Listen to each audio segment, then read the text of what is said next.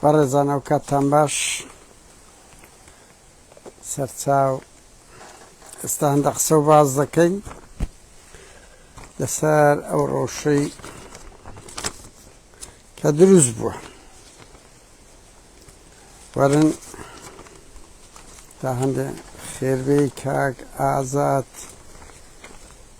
شەهیدان ئازادی شەهیدان سەرچاو هاوڕێیان یەکەم کەس کاک ئازاد هات بە خێربێن ئێستا هەندە قسە و باز دەکەین. لە هەواڵی گرنگم لایە پێم خۆش بوو لەگەڵم گۆ بەشیکەین ئەو کاتە دەزانم کاتیت کە باشترە. بەڕێزان بەر لەوەش بی کاک سیپان ئامێدی ئەشکەنجەیەشی زۆر درایە زۆر بە ئەسلوبەشی قێزەوەن بەخێربێن زۆر بە ئەسلوبەشی قێزەوەن ئەزیەت درایە تەسویر کرایە. ئەو ڕەفتارانە مەسعود بارزانی مەسرور بارزانی زۆر ناشیچون و ناشایستەیە. یعنی ئەنگۆوا لەو ڕەوشەدانە ئی هەندەیە ئەو پەڕی سوکاتیان پێکردیە. ینی ئەو مۆدیلە بەسەر چوو بەسەر خەڵکێک ڕەخنەتان لێ بگری پەرلەمانتار بڕوا بکە من گەیانمە شوێنی زۆر گرنگ و هەستیاش نەکە لە سوید برا سوید وڵاتێکی فەقیرە خۆی دوورە پەرێز دەگریتن بەڵام شوێنی کە هەیە ئێستا تێدەگا مەسرور بارزانی من ئەو زانیاریانە کو دەزانم یان چۆنە. بەڕێزان یعنی ئەزیەتی زۆر درایە دڵنیا بن ئەو ڕەفتارە سوکاتی ئەو پڕی سوکاتی بکەیتە سووریشی بکەیت بیبێت چۆلەوانش. دەزانم ڕەوشی پارتی زۆر خراپە عینەن وەکو دوای 16 ئۆکتۆبەرەکە مەسعود بارزانی پێیان گوت بڕوا بکەن هاوڕێیان وەزعی پارتی وێچێتی ڕێک دوای 16 ئۆکتۆبەرە ئێستاکەدا کە مەسعود بارزانی دەست پێچێشراوە 150 خاچیان لەدەست دۆڕا خەڵک لێیان ناڕازی بوو. هەمان قۆناغە ئێستاکە هەمان قۆناغە لە جیاتی مەسعودی بەرەو مەسروری دەڕوا لە تووڕەیی خەڵکەیە تەسلیمی عێراق بوونە کە دەردە دڵخۆیان بە کاکسیپانی شتەی قێزەوەنە. من گەیاندیتمە شوێنی زۆر گرنگ و هیوادارم ئێوەش بیگەێنن و زۆر شەرمە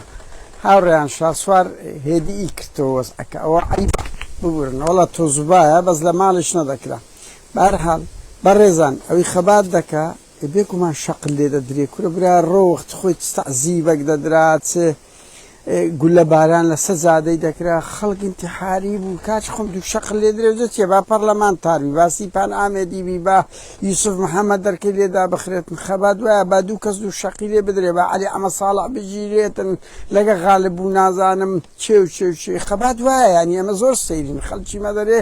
وەڵام خەبات دەکەم بە شەقم لێ نەدرێ ئیهانە نەکرێم کورە برا ڕۆوانە هاتن لە ئەوروپای هەوڵیاندا ماڵی مەکەی ئامێدی بسوشتێنن ئیتر بزانین چ فاشستەکەن لەبەر دەرکە لە یعنی بە سوتفە قوتار بووین ینی بووە ینی ئەوە نییە بڵێ وەڵی ئەمن خەبات دەکەم بەس پارتیەشەتی دەبی گوڵم بدەنێ وەڵا واردە لە مەش بدرێت لەو ئەوروپایش تێم دەگەی نەک لە کوردستان بووە دەبی ئەو ئیرادە بەهێز بکرێتەوە لی دەدرێت پەرلەمانتارە بێخلاقیە بەڵام شتەشی قێزەوەنا دەبێت ڕسوا بکرێن بەس ئەو حالەیە لێت دەدرێت دەگیرەی دەکوژەی خەبات ناستە پێش بەبێ تایبەتی لە شەرق لەوسەد کورەبرا لە ڕۆ لە ئەوروپاشتی وایە بۆیە و ڕەفتارش کەش بڵێم ئاڕێن وەڵای عیبە ینی جەماعەتی ڕەوتی هەڵوێست لەو ڕۆژانە جیران ئەنارتی و شاسوار و ئەوانە هیچیان نەکرد. دوێنێش کاکسیپان گیرە بەس بادینەکانی ڕەوتی هەڵوێستیان نواند ئەی بە ئەو شتانە قسم ئەوەندە منداڵانی بیر مەکەنەوە ئەنگە دوو مۆدیلی ئۆپۆزیسیۆنن ینی بە جددی دەبی زۆر گەورەتر بیرکەنەوە کاچ خۆم ئەو مۆدیلە سەقەتیان دالۆ گلەی لە پارتیەکێتی بکەین کە ئەو مۆدیلە سیاسی هەیە وەکو بووکو خەسووی دژیەک. بەخێر بن هاوڕێیان یەک ئێستاکە من ئەوە بڵێم باسم کرد ئەو ڕۆژە کە وەفدەک بڕیارە لە 2 هەفتە بەس ڕەنگی ئاڵوگۆڕ بکرێتن ها بەروارەکەی و ڕەنگی خەتەکەش بگۆڕێ بەس ئەو بەرنامە هەیە من دقیقم لەوەی سەرچاوە لە سەرچاوەکەی سی گەری لای لە قەندیل بێنە خوارێک کۆمەڵێک چاک دابنێن و کۆمەڵێک منەزەمات و خەڵک و ئەوانە ببینرێ لە میدیا بڵاو بکرێتەوە بالمقابل تورکیا ئەوەی بڵاتن پەرلەمانی هاوینەی بەجی دانەخرا بەردەوام دەبن دەچن کۆمەڵی قرار دەرەسی دیداری ئۆجەلان گەلک زۆر بووە بە ئاشکرا پەکەکە دەستەکنی وەفدیان دەچی دێتەوە لەگەڵی دانیشتن دەکەن نەکرد دەم پارتی وەفدی پەکەکە دەچی لە ناو ئیمرالی لەگەریدا دەنیشن گوتەش دێتن یەک خاڵیش بڵێم لێرە لەو ڕۆژانە ڕاگەیەندرەکە ئۆزەلان داوای لە مەسعود و مەسنێچیر و پاڤل و قوبات کردی لەگەری دانیشتن بڕوا بکە ئەو زانیاریانەی لای من هەیە ئەنەمان زانیاریە ئۆجەلان زۆر تووڕێ لە باشوور کە کێشەی کورد زۆر پاشەکشە پێ دەکەن هیچ بەرنمەیان نییە ئەو ختەی لە ڕۆژهەڵاتی ناوەڕاستەیە یعنی لەگەریاندا دەنیشی بڕوا بکەن گەلەگەلگەلک تووڕەیە لەسەر ئەو سیاسەتانەی دەگرنە بەر ئەوەی بە من گۆترەیە من یەک قسە لەوە گوتیانە من ئەو جملەیە برێ پارتی تێت دەگا یعنی گوتیتی کاچ خۆم ئەمن یەک برادرم هەوە ناوی عەلی شەعبان بۆ پارتی ئەوەندە بێشەرەف بووە چوە ئەوەی کوشتیە بەخۆی و خێزانەکەشی کوشتی ینی تو بەس لە سیاسەتی ئۆجەلان لە سیاسەتی پارتی زۆر پەستە ئیلاغایەت دەرەجا ئەو زانیاریانە لای من هەیە بۆیە وەکو لەگەڵیاندا دەنیشی بە تووڕێیەوە کە دەبی سوود لەو قازانجە ببیندرێتن لە باکوور بە بەتەئی دەستە پێش شەڕە بۆ زانیاریتان تورکیا هجوم دەکا و ئەوە دەکا ئەوانیش دەکەن بەس نادەنە ناو میدیا بۆ زانیاریتان یعنی ناو ئەگلە تەفاهومەکەیە تا ئێستا ئاشتی نییە ناو ئەگلە تەفاهوم هەیە ئەوە بۆ زانێت و لە ڕۆژاواش ڕێگە یەکتر دانیشتینە هەر لەو ڕۆژانە لە ڕێی خاچی سوور لەسەر ئاوی حەسەکە لەبەر ئەوی 5 ساڵە تورکیا گرتیتیەوە بۆ زانیاریتان ئاوەکە لە سەرێکانی دەهات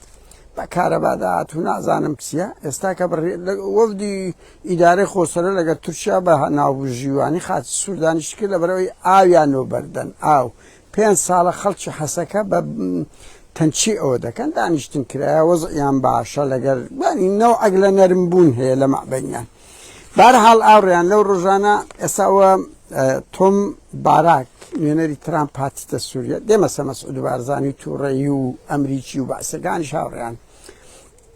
بەخێر بێن سەرچاوی ئێمە هاوڕێیان سوپاسشان دەکەم لەو کاتەی لەگەڵ من دەبەنە سەر ئێستاوە هاتیە ئەوزەمەڕ و لەگەر ئەحمەد شەرع دانیشتن کرێ ئەو ئەحمەد شەرعی بۆ برا موسڵمانەمان گوتمان یان دەکوژەیان هەڵدێ ئەو کابرایە میلە ئێستاوە دۆتان دەرکەوت ئاسمانی سووریای دابا ئیسرائیل کورە برا ڕۆ هەموو وەسایقی مخابەراتی هەموو دەوڵەتی سووریای بە ئیسرائیل ئەو خیانەتی زۆر گەورەیە برا مجاهیدەکان ئەوەندە دڵتان پێخۆش بوو و ئێستا تیمەکی ئەمریکی ئیسرائیلی ئەحمەد شەرع دەپارێزن لەبەر ئەوەی هێزە جیهادیەکانی لەگەر ئەوەی معاشی $3000 لۆ بڕینەوە 3000 گەلک زۆرە و دایان جنسیان دەدات بەچی هەر هەوڵی کوشتنیوی هەیە ئەو داعش بەرحاڵ بۆیە وەزئی ئەحمەد شەرع ئێستا ئەڵقەیەکە لە ئەڵقەکانی بەشەکە لە ئەوەی لەو وێنەی بڵاو کراوە لە ئیسرائیل کە لە گروپی ئەبراهامە لەو ڕێکەوتنەی ئەبراهامە هەر بۆ زانیاریتان بەرحاڵ تۆم باراک هاتیە ئەوە دەستورەکەی بە ئەحمەد شەرع دەگۆڕیتنەوە کورد بەشدار دەبی لە حکوومەت هەسەدە بەشدار دەبی بەڵام هەسەدە دڵنیابن بە هەر ناوەک بی هەسەدە هەڵ ناوەشێتەوە بستە ناو حکوومەتی سووریا شەرع و منتیقانە یعنی هەر ڕێککەوتنێک بکرێ وتیان ئەو زانیارێک هەر ڕێککەوتنێک لە نێوان کورد و ئەحمەد شەرع ئیش بکرێ هەسەدە ئەو منتیقانەی لەبەردەستدا دەبی ئەگەر ناوەش کەشی لێ بندرێ ئیدارەیەکی زاتی بەڕێوەبردنیان دەدرێتێ بەڵام لەگە سووریای پێک دەینەوە ئەمریکا هەوڵ دەدا لەگە مەرکەز پێکەوە بن ئەوە نییە دەوڵەت بی فیدرالیە بە ناوەشکە بەبێ ناوەشکە ئیدارە خۆیان لەبەتشە لەبەر ئەمنی قومی ئیسرائیلە کە دەبی ئەو منتیقەیە بپارێزی ئەو ڕێڕەوی ئەبراهام و تجارەتە هەم هێزە توندڕەوەکان لەگە ئەحمەد شەرعمانە هەم داعشمایە بۆیە پێویستیان بە هێزی هەسەدە زۆر هەیە ئەوە نقطەیەکی زۆر گرنگە و دەستوری تورکیا ئەوە ئەحمەد شەرع جێی دەگرن دەگۆڕدرێ دەستکاری دەکرێتن بەس بڵێ 100% بە زەوقی کورد دەبی ناوەڵە بە سەوقی کورد نابێتەوە گفتوگویە بەس کورد وەزعی خراب نییە بە تایبەتی تا ئێستا ئەو پرۆژەی ئەمریکا ئیسرائیل ئەوروپا بە تایبەتی بەریتانیا بەریتانیا ئەندازیاری ئەوروپا و ئەوەیە ئەوروپا و ئەمریکاشە تا ئێستا ڕێیان زۆر خراپ نییە بە زۆر کوزارانیش باش نمانە ئەو زانیارێ من هەنا ئیسرائیل زیاتر پێداگرە لەسەر دانیم دەوڵەتە داگیرکەرەکانی کوردستان ئەوان لەگەر گۆڕینی ناوەڕۆکدانە یعنی ئەو سیاسەتەی ئەمریکا و ئەوروپا هەیەە لەگەر ڕوخانینە دوای تەجروبەی ئەفغانستان و کە ئەمریکا لە ڤێتنامی خراپتری بەسەرهاتی هاوڕێیان ئەوەی ئێران نەڕوخە ئەوەی عێراق ناڕوخێ ئەوەی تورکیاش ناڕوخێ بەس لە ناوەوە هەڵیان دەتەچێن هەمووی دەستکاری دەکەن ماڵەکە تەخت ناکری سەر لە نوێ بنیاد دەندرێتەوە ژوورەکان دەستکاری دەکرێ و گۆڕانکاری ئاوای لێ بەسەر دێتی تورکیا شەندەنەوەی نمایە بۆیە تورکیا زۆر تەنگەتاو بووە لە هەوڵی کێشە نانەوە لە سووریا و لە عێراقا لەگە پارتی سونە و ئیلا ئیلاخیرەکە هاوڕێیان بەهەرحاڵ ئەوە وەزعی سووریا وا دەبیتن وەکو گوتم وەزعەکان خراپ نییە بەس ئەگە کوردیە گورتوو بایە هەر چار بەشەکەی وەزعی زۆر زۆر باشتریشتە بوو شەڕش لە نێوان ئێران و ئیسرائیل دەست پێ دەکاتەوە بەس ئەو خڵت و خاڵەی باڵە تونندڕەوەکە هێلەوان دەدرێ نەجێشی ئیسرائیلی ئێران داگیر دەکاتن نە ئەمریکا دەچیتن ئەوەی دەکرێتن دیسان دووبارە پێدەچی ئەو جارەی خامنەئی دەدرێتن خامنەئی یەشێک ئەو ئەوانەی مانە ئەگەنا کەس تااقەتی ئەو شەڕە درێژخانەی نییە کە زۆر دەبێ و ئەڵێن یعنی ئێستا برادێک بەر لەوەی بێم وتی CNN و نیویۆرک تایمس حەشر بە ترامپ دەکەن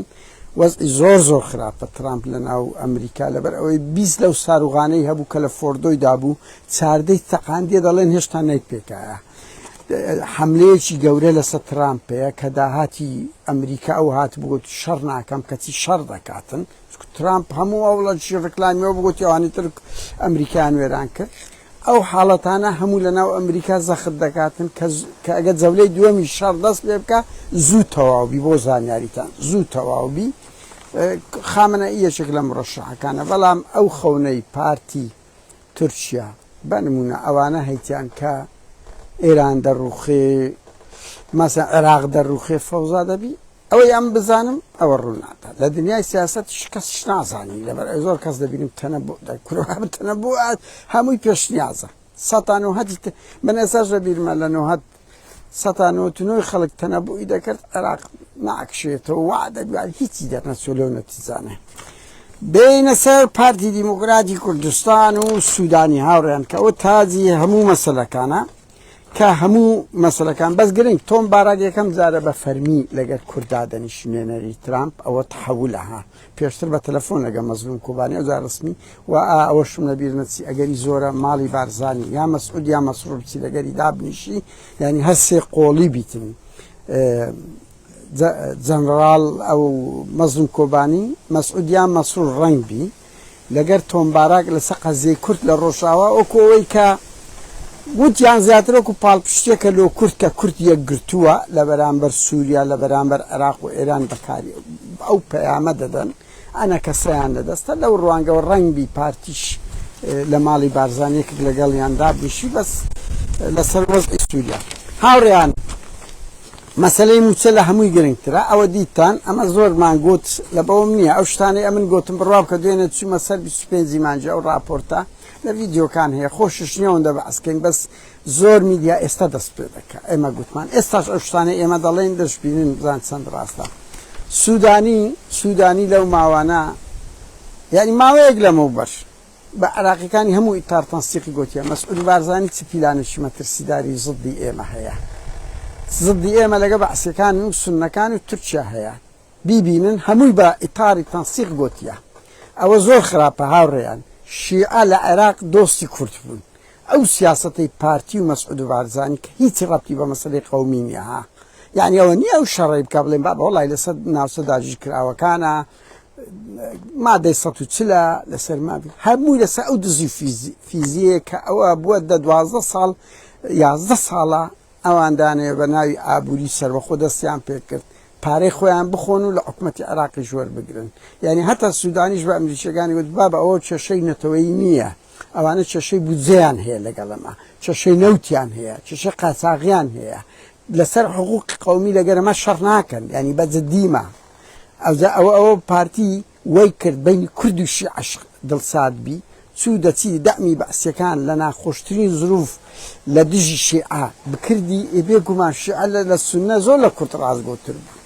لە بۆ کورد بەینی زۆر خراپ تێکدایە لەگەر ئەوە و خاڵەکی کەش بڵێ ناوڕیان ڕاستە ئەو توندڕەویەی مەسعود بارزانی لە گوتارە سەقەتەکەی کەوەی دەزانی ئێران دەڕوخێ عێراق لێی دەدرێ تا ئێستاش دەڵێن ئێستاش ئەو ڕۆژ دەستیان بەو شیرە کردیە وەڵایی دەبتەوە شەڕ و ئەوە دەبی کاچ خۆم وەڵای ئەو عێراقە ناڕوخێ مەسعود بارزانی ئەو خەون و خەیاڵانە واز لێبین و ئەنگۆ هەموو شەرتان دیسان لە بۆ ئەو یەک هەناسەیان هەبی هاوڕێیان هەوڵ دەدەن ئەو پارە ئەوەی تەسلیم نەکەن مشکلەی موچەب ئەوە بکات یعنی عێراق ناڕوخێ ئێرانیش ناڕوخێ باڵی ریفۆرمەکان دێنە پێش لە عێراقیش باڵە توندڕەوە شیعەکان لا دەدرێ باڵە میانڕەوەکانی وەکو سوودانی کە متەفاهمە دەستە پێش ئەوانە بەڕێزان سوودانی ئەو جارەی وەفدی چی نادیە بەس ئەتاوەکو لۆ ڕسواکردنی ئەوە فواد حوسێن نوێنەری عێراقە فواد حوسێن نوێنەری حکوومەتی عێراقا لە چی پارتیە کوردە تو تەسەور کە لەو سوکاتەی لەبەر ئەوی دەڵێ کاکا هیچ جێبەجێ ناکەن بە ئەمریکیەکانی گوتیە بە ئەوروپیەکان دەڵێتن هیچ جێبەجێ ناکەن فواد حوسێنیان بەس وەکو ئیهانە ناردیە بەڕێزان ئەو شتانەی با پێتان بڵێن سوودانی بە ئەمریکیەکانی گوتیە ئەلە وەختەیەنگۆ زەخت لەسە حەشت بە من دەکەن ئەوە ئەمە حەشتمان لە کەرکوو کشاندیتەوە خەریکی ئەوەی کۆنتترۆلی حەشت بکەین ئەوە موچەکەشیان بڕین موچەیان بڕین نەسریان بڕین ئەو هەموو شتە دەکاتن سوودانی تحدای مەسەن ئێران دەکاتن وتی ئەلە وەختەی مەسعود بارزانی چووە لەگەر بەعسیەکان و سوننەکان و تورکیاش بە زیاتر بەعسی سوننەکان باس کرابوو بەڕاستی کە معاملە لە عێراق لە پشتەوە دەکە ئەمە لە کەرکوچێک کشاندیتمانەوە هێزیان هینایتەوێن دەر عەلەساس هجومی سەر عێراق بکەن و فەوزا دروستکەن ئەلە وەختەی کە ئەمن هەوڵ دەدەم حەشتم گرتیە لێ نەگەڕێم ئەزیەتینگۆ بدات وەلەو کاتەی کە بودجەی خەڵک نادەن موچە نادەن ئەم قراری دادگای فدرالی جێبەجێ ناکەن چووە مەشق و سەربازگەکانی هەمووی بە بەڵگا لە مخابەراتی عێراق دایتە ئەمریکیەکان لۆکەیشنەکانیان بەرپرسە باڵاکانیان شوێنی نیشتە جێبوونیان هەر هەمووی دایتە ئەمریکیەکان گوتیتی ئەوە پارتی لەگەر عێراق لەگەر بەعسی سوننەکان خەریکی ئەوە بوون کاتێک ئەنگۆ لە شەڕی ئیسرائیلەوە بوون ئەوانیش بێن هجووم بکەن و فەوزا لە عێراق دروست بکەن بیکەنە چێشە لە بۆمەش و لە بۆنگۆش لەبەر ئەوەی ئەمریکا هاوڕێیان من دەمێ و خاڵەتان پێ بڵێم ئەمریکا گرێکۆرەی هەیە بەدەست ئەفغانستان کە لە ڤێتنام خراپتر تێکشکە ناوێ سەر لەوێ فەوزایشکە دروستکە بۆیە لە عێراق ئەو هەموو بلیۆن دۆلارەی سەرف کرد بلیۆن نەک ملیۆن نەک ملیار ئێستا کە خێرەکەی لە بۆ ئێران ڕۆی کاچ خۆم 10,000 سەربازی کوژرا وازم 7 بلیۆن دۆلاری ئەوە کرد لە ئەفغانستان بامان بۆیە گۆڕانکاری لە قاڵب ناکە لە ناوەڕۆک دەکاتن لە ناوەڕۆک دەکات وتی پارتی بە تەمای تەخریبات بوو لە عێراق لە بەرامبەر ئەو مەسەلانە شوێنی ئەوە مەعسکەرات وتبی چەکیان دەداتێ پارەیان دەداتێ خۆیان ئامادە کرد بوو هجومی سەر عێراق بکەن کە ئەگەر ببێتە ئەو چێشەیە لە وەختەی ئەمن لە بۆتان کۆنتترۆلی حەشتم کردیا کوی دەبیتن وابی ئەمریکیەکان لەو خاڵە زۆر تووڕە نانەوێت فەوزا دروست بی کاک خۆم ترام ناوێت سەعری نەفت بەرز بتەوە ناوێ عێراق دووبارە بکەیتەوە ناو شەڕێکی جێژاوەک دۆڕانشکەی گەورە کە ترامپ دنیایەک دژمنی هەیە رووسیا دەرێن گاڵتەی پێدەکا CNN ئەمریکی نیویۆرک تایمز ئێستا گاڵتەی بە ترامپ دەکەن ئەڵێن 20 ساروغی ئەو نۆعەتەیارەمان هەبوو چاردەی لێدایە پوچی کردیە گاڵتەی پێ دەکەن ترامپیش لە ئەزمەدایە لە ناو ئەمریکا داهاتەشی زۆر سەرف دەکاتن بۆیە تورکیا هەوڵ دەدا سووریا و عێراق تەخریبات کە لە ڕێچێ پارتی باسی سوننەکان ئەمریکا زددا ئەمریکا ناوێ ئەمریکا دەیەوێت خاڵ بە خاڵ ئەوە بکاتن ئێستا ئیش دەستە ئێران دەکەن ئێران دەکەن لە ئێران ژۆ گوتم ڕەنگی ئەو باڵە خامنە ئەو چەند کەسەشکە بکوژن و کۆتایی بە شەڕەکان بێن باڵە ریفۆرمیستەکەی وەچ پزیشا نابینی چەند بە بێ منەتی دێ دەسوڕێتەوە دەزان لێی نادە لێی نادە بەکەیف خۆی دێ و دەسوڕێت و ئەو دەبی ئەوانە دەبەنە پێش پارتی بە پێچوانەوە خەریش تەخریباتە لە عێراق ئەلەوە زۆر لی تووڕەنە لە ئەمریکیەکان و دەرزانن هیچ مەوزوعی قەومی نییە لەبەر ئەوی لەگە هەموو سەرۆک وەزیرانەکان لە 2004 وەی کردە یعنی ئێستا خۆلیۆتان دەرکەوت ئێستاوا دەرێت 280,000 بەرمیل نەوت دەدەم 150 میلیارد دینار دەدەم پێشتر لەگە حکوومەتی عێراق نادە ئێ باشە یعنی ئەتوو ئەمن بڕوا بکە دوێنێ باسم کرد پێرێ بوو مرورە گوتی هەفتانە بەلای کەم 50 میلیارد دینار دێتە ناو خەزێنەی مروری بەس هەولێرێ جگە لەوانی کە ئەو هەموو پارەیەلۆ ئەو دوو مانگە موچەت لەو خەڵکەی بڕیە ئێ باشە ئەو ڕێکەوتنە چییە 150 میلیارد دینار هیچ نییە بڕوا بکەم بەشی دوو فەرمانگەی پارەی مانگانەی دوو فەرمانگەی لۆ نەدەدا لۆ نەفتەکە تەسلیم نەدەکرد لۆ ئەو دوو مانگە ئەزمەیان دروست کرد لۆ ئەویان دەزانێ عێراق دەڕوخێ و بە خۆیان دەستنەوە بەغدای و کولفی کول دەبن هاوڕێیان بۆیە سوودانی ئەو زانیاریانەی لۆکەیشن شوێنی تەدریبات چەک معاش هەمووی کە پارتی بەشێک بۆ لەو پرۆسی بداتە بەعسیەکان وتی ناداتە معاشی ناداتە خەڵکی خۆی دایتە بەعسیەکان ئەجا هاوڕێیان بە ئەمنەوە بڵێم 4 میدیای پیجی سێبەر برای من شەهید بە دەستی جاش لە 88 کوشرایە هەموو خەڵکی هەولێر و دیبەگە دەزانی کەمپینیان لەسەر برای من کرد بەعسیە لەم برای من فەصلی مەعەتەک سەحەی مووسڵی 86 هەشتا نەچۆجێ شەعبیم سێ برام لە وەختی عادیسەکەمان لێ قەومان لە هەشتا هەر سێ برام فیرار بوون لە ماڵ بوون بنەماڵەی ما ئەوەندە تێکۆشە کەمپینە سە ئێمە دەکەن ئەمە بنەماڵەی بەعسی و جاش پیاوی ئەمنین لە ڕاپەڕین و نازانم چوو ئەوە ئیشی مەسعود بارزانیشە ئەوە ئیشی حزبەکەی خۆتی بە دەبابەی بەعس و سێ برای چووە لە داخی بابی چوون بوونە پیاوی بەعس دێ بەمە دەڵێت ئەوە بە من دەڵێتن بە برای شەیدەی من دەڵێتن کە نمونەی مرۆڤی قوربانی دەربوو هەموو خەڵکی بەگە دەیزانی یەکێک لە ڕێخستنەکانی خوێندکاران بوو خوێندکارانی یەکێتیش بوو لە دیبەگە کەتی کردیانە بەعس هەندێ بێ شەرەف دێن بە من دەڵێەوە برات بەعسی بووە غیرەتیان نییە بڵێن مەسعود بارزانی ئاوا لەگەر بەعسیەکان خەریجی گەڕانەوەیە هاوڕێیان خاڵش کەس دەمەوێ بڵێم کۆتایی شت ئەوە گوتیانە من ئەوە بڵێ بۆی مەسعود و مەسعود بزانن لەو ڕۆژانە کە ئەمریکیەکان چوونە بە مەسعودیان گوتیە باسیشم کرد چوونە مەسعود بارزانی حیمایی لە بۆ دانانە بۆ زانیاریتان چوونە لەگەر وتیان نامەکمان پێ مەسعود داوای کردێ گوتیان دەبی بەس بدەینە مەسعودی حیمایی ئەمنیەتی قافلەکەی کە چووە جەماعەتی مەسعودی بوونە لەوێ دایتیانە مەسعودی کە کوڕەکەت کەس لێ قائل نییە کابرایەکی ئیداری نییە سەربازی و ئەمنیە نە کورد لە ناوەخۆ لێ قایلە نە عێراقیەکان لێ قایلن یعنی هیچ سەرکەوتنەکی بەدەست نەینایە و لەگە عێراق زۆر شەشەی دروست کرد ئەو ماوەی لە جیاتی تەفاومی سیاسەتی ئەمریکا وایە ئەوە هەسەدەش دەچی لەگەر ڕۆژ ئاوا تەنسیق پێدەکا حەزی لێ کورد و عێراق بەینیان خۆش بی ئەوە سیاسەتی ئەمریکا و ئەوروپا و بەریتانیایە کە دەرێن بەرەوەی بەریتانیا دەروێشێتی ئەوروپا پارتی ئەوەی نەکرد مەسعود بارزانی نەکرد لەگە مەسعودی بۆیە زۆر پەستن کە نامەکەیان دایتی تر بوویتە دە مەقاڵی دوای ئەوە مەسعود بە مەسعودی گوتی ئەو زانیاریانە لای من هەیە هاوڕێیان بڕوا بکەن ئەوە زانیاریە یعنی من هەر ئەوەندە دەتوانم بڵێم ناتوانم وردەگاریت کە دە مەقاڵێ لە نێوان مەسعود و مەسرور دروست بووە